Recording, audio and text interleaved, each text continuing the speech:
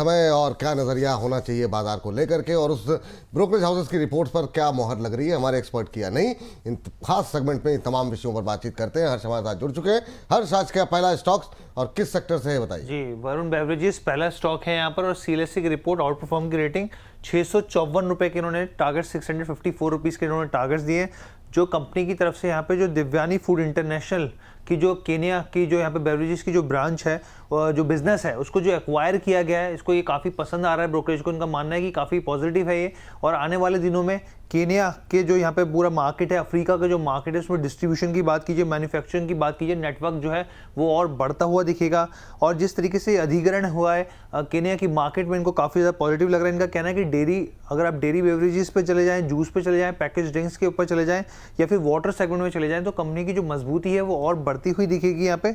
और हाल ही के दिनों में जिस तरीके से एक्विजिशंस हुए हैं अफ्रीका में, खासकर जो डील्स होती हुई दिखी है, वो कंपनी के एक्सपेंशन के लिए काफ़ी महत्वपूर्ण कदम है, और इसका आगे चल के फायदा होता हुआ दिख सकता है। चलिए, वरुण बेवरेजेस को लेकर के आज जरूर प्रेशर में है, लेकिन काफ़ी एग्रेसिव टारगेट यहाँ पर निकल करके आते हुए 650 के टारगेट दिए गए। प्रदीप सर, क्या व्यू आपका वरुण बेवरेजेस को लेकर के? बिल्कुल जी, स्ट्रक्चर मुझे वीक ही लग रहा है। एंड 484 का अभी प्राइस है। एक बार लग रहा है स्टॉक आपको 440 450 तक फिर से रिविजिट होने का पॉसिबिलिटीज है, क्योंकि जिस तरीके से स्टॉक शॉर्ट टाइम में चला है 392 से हम लोगों ने देखा है 535 540 तक। अब फिर से जो कि प्रॉफिट बुकिंग स्टार्ट हुआ है, कंटिन्यू अब चलना चाहिए। नेक्स्ट 1 से 1.5 हफ्ता एटलीस्ट मैं एक्सपेक्ट कर रहा हूँ 446 430 तक। तो इमीडिएट लेवल पे 654 का जो टारगेट है वो नहीं देख पा रहा हूँ। इसके लिए एटलीस्ट स्टॉक को 500 के ऊपर सस्टेन करना पड़ेगा। 500 इमीडिएट लेवल पे भी नहीं देख पा रहा हूँ। तो इमीडिएट लेवल पे डाउन साइड टारगेट 430 425 होने के बाद मुझे लगता है कि कुछ टाइम करेक्शंस यहाँ पे रहेंगे, उसके बाद जाके मूव बनेगा। तो फिलहाल अभी तो मुझे लगता है कि ये टारगेट पॉसिबल नहीं है। ये लक्ष्य अभी पॉसिबल नहीं दिखाई दे रहे हैं, ये प्रदीप जी का मानना है। चलिए, अगली कंपनी के लिए हर्ष से पूछते हैं। अगली कंपनी कौन सी है, बताइए हर्ष। ट्रेंड की बात कर लेते हैं, और जबरदस्त पिटाई स्टॉक के अंदर देखने को मिल रही है। यहाँ पे सिटी की रिपोर्ट, बिकवाली की सलाह, 2733 रुपए के इन्होंने टारगेट्स दिए हैं यहाँ पर। देखिए, सबसे पहले क्वार्टर 1 में जो स्टैंड अलोन रेवेन्यू रहा है वो 19% घटता हुआ दिखा है यहाँ पर। और तमाम ब्रोकरेजेस, बहुत सारे स्ट्रीट ये एक्सपेक्ट करके चल रही थी कि भाई ये 22 से 23% तो आएगा, लेकिन जो 19% आया उससे साफ तौर पर दबाव दिख रहा है। रेवेन्यू पर स्क्वायर फुट के हिसाब से देखें तो वो 12.2% रहा है, जो कि काफ़ी कम रहा है। अब देखिए, ब्रोकरेजेस ने जो है वो 3 पॉइंट के जरिए गिनवाया, उसको एक्सप्लेन मैं आपको कर देता हूँ। वीक प्रोडक्टिविटी की बात करिए इन्होंने।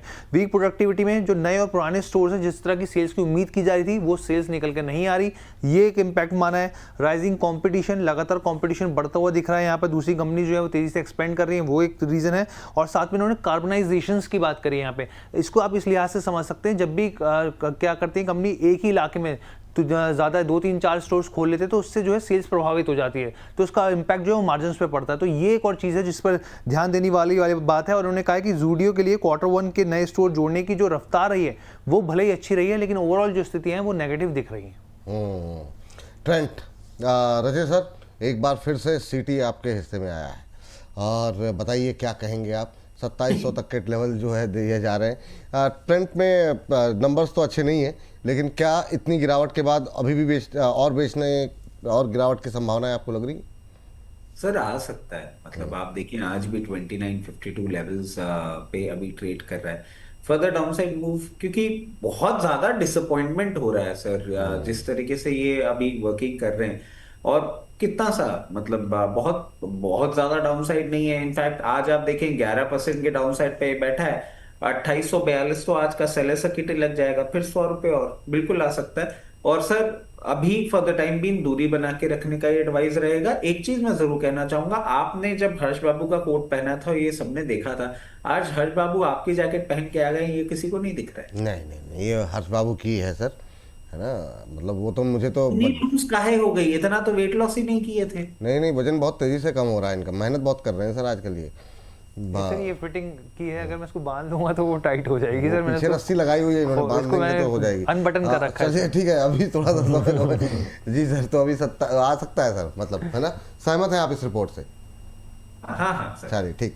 हर्ष, तीसरी कंपनी बताइए। जी, टाइटन की बात कर लेते हैं। तीसरी कंपनी यहाँ पे सीएलएसए की रिपोर्ट, आउट परफॉर्म की रेटिंग और 5249 के इन्होंने यहाँ पे टारगेट्स दिए हैं। सबसे पहले उन्होंने कहा है कि जिस तरीके से क्वार्टर वन के अपडेट्स आए हैं वो काफ़ी पसंद आ रहे हैं, जो अनुमान था उससे बेहतर रहे हैं। बल्कि अगर आप यहाँ पर देखें तो ज्वेलरी बिजनेस की बात करें, वहाँ पर एक ग्रोथ देखने को मिली। तनिष्क, मिला या फिर जोया की बात करें, मजबूत प्रदर्शन रहा है यहाँ पर।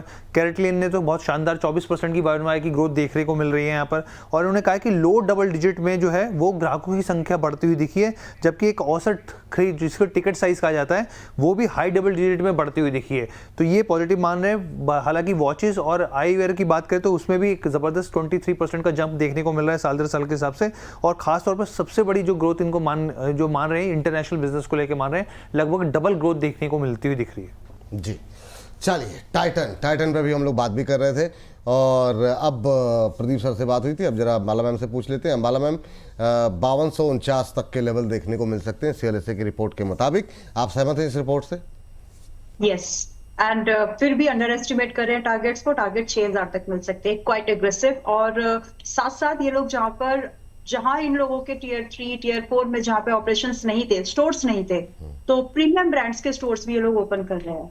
तो ये नई मार्केट जो एक्वायर कर रहे हैं, इसकी वजह से प्रॉफिट में और भी जंप आ सकता है। So I am expecting more than this 5250 round figure, लेकिन 6000 तक की पोटेंशियल है। तो बाय कर रहे हो आज, बीच में कहीं पर एग्जिट जैसी कोई सिचुएशन नहीं लगती। चाहिए तो एक स्टॉप लॉस स्ट्रिक्टली मेंटेन करें 4100 का, और आज के भाव पर बाय कर सकते हैं।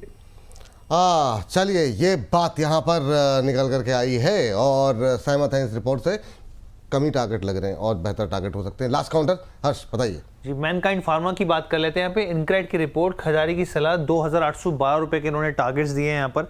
अब इन्होंने मैनकाइंड फार्मा को लेकर बोला है कि कंपनी की जेनरिक दवाओं से कंपनी अब जो आगे बढ़ रही है, आगे बढ़ रही रिसर्च एंड डेवलपमेंट के लिहाज से, स्पेशलिटी थेरेपीज़ के हिसाब से यहाँ पर, और ख़ास तौर पर यहाँ पे वुमेन हेल्थ को लेकर और फर्टिलिटी और क्रिटिकल केयर को लेकर कंपनी जो है यहाँ पर हाई वैल्यू सेगमेंट में जो है मजबूत पकड़ कर कोशिश कर रही है आगे बढ़ने के हिसाब से। कुछ समय में जो एक्विजिशंस हुए वो काफ़ी बेहतर स्थिति दिखा सकते हैं आने वाले दिनों में। और ब्रोकेज का ये भी मानना है कि जो स्पेशलिटी स्ट्रेटजी है कंपनी की तरफ से, वो धीरे धीरे करके सही लेकिन फायदा पहुंचाएगी आगे। बहुत शानदार। अच्छा, किसी चीज़ के बारे में आप सोचिए तो मतलब पूरी कायनात उससे आपको मिलाने की साजिश में लग जाती है। अब प्रदीप सर का नंबर नहीं था, ये घूम करके प्रदीप सर के ही पास आया मैनकाइंड फार्मा। सर, क्या व्यू आपका 2812 का लक्ष्य जो है, इनक्रेड की रिपोर्ट 300 रुपये ऊपर के लक्ष्य दिए जा रहे हैं, सहमत है सर इस रिपोर्ट से?